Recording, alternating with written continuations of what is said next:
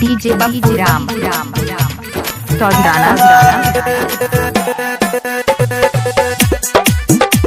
गए फलाना बेटी गए निकाल बारा हमरा छोड़ के बियाह करे छी पूजा पाठ करे छी सब कुछ भांग देबो।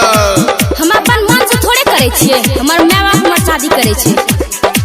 घूमे छियो लके हम बांस के भराट गे होई न देबो छोड़ी तोरा घरे पूजा पाठ गे। अगरबत्ती देखबै छी गे। हाँ घूमे छियो लके हम बांस के भराट गे होई न देबो छोड़ी तोरा घरे पूजा पाठ गे।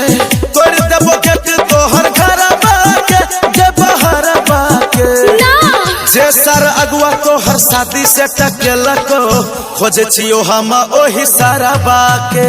हाँ छियो रंगदार हमारा सके बचे तो मारा बापे मारबो तोरा बड़ा बाके। एना कुछ नहीं करिया प्यार हमरा से आ शादी केकरो और से ई हमरा साथे ना इंसाफी करे छी गे।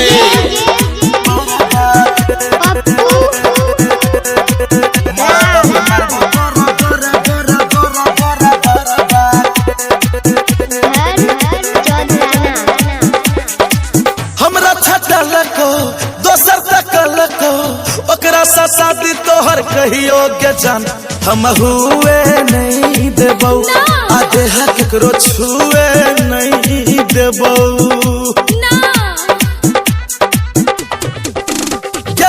हमरा छटलको दोसर तकलको ओकरा से शादी तोहर कहियो के जान हम हुए नहीं देबो आ देह केकरो छुए नहीं देबो। प्यार तो हम दूरी से करे रहियो छोड़ के ना जभी अपन यारबा के संग भतरबा के जे सार अगुआ तोहर शादी से टकेलको खोजे छियो हम वही सारा बाके। छिए रंगदार हमारा सके बचे तो मारा बापे मारबो तोरा बड़ा बाके। सेनुर भरे से पहले तोरा दुल्हा के तोरे तोरे गायब कर देबो। हेलो के बजे छी डीजे बप्पू राम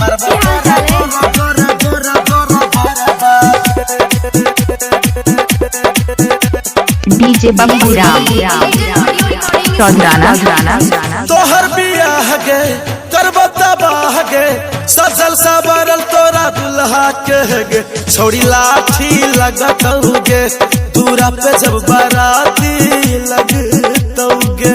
हमरा तो सब कन देखे लगते हमर मम्मी पापा के बात माने लगते ना। हाय तोहर बियाह गे करबो तबाह गे सजल सबरल तोरा दुल्हा के गे छोड़ी लाठी लगतौगे दूरा पे जब बाराती लगतौगे। हमर इज्जत तोरो इज्जत भेलो ना। चढ़ले कपार लहर तरबा के हे तरबा के जे सर अगुआ तोहर शादी से टकेलको खोजे छियो हम वही सारा बाके।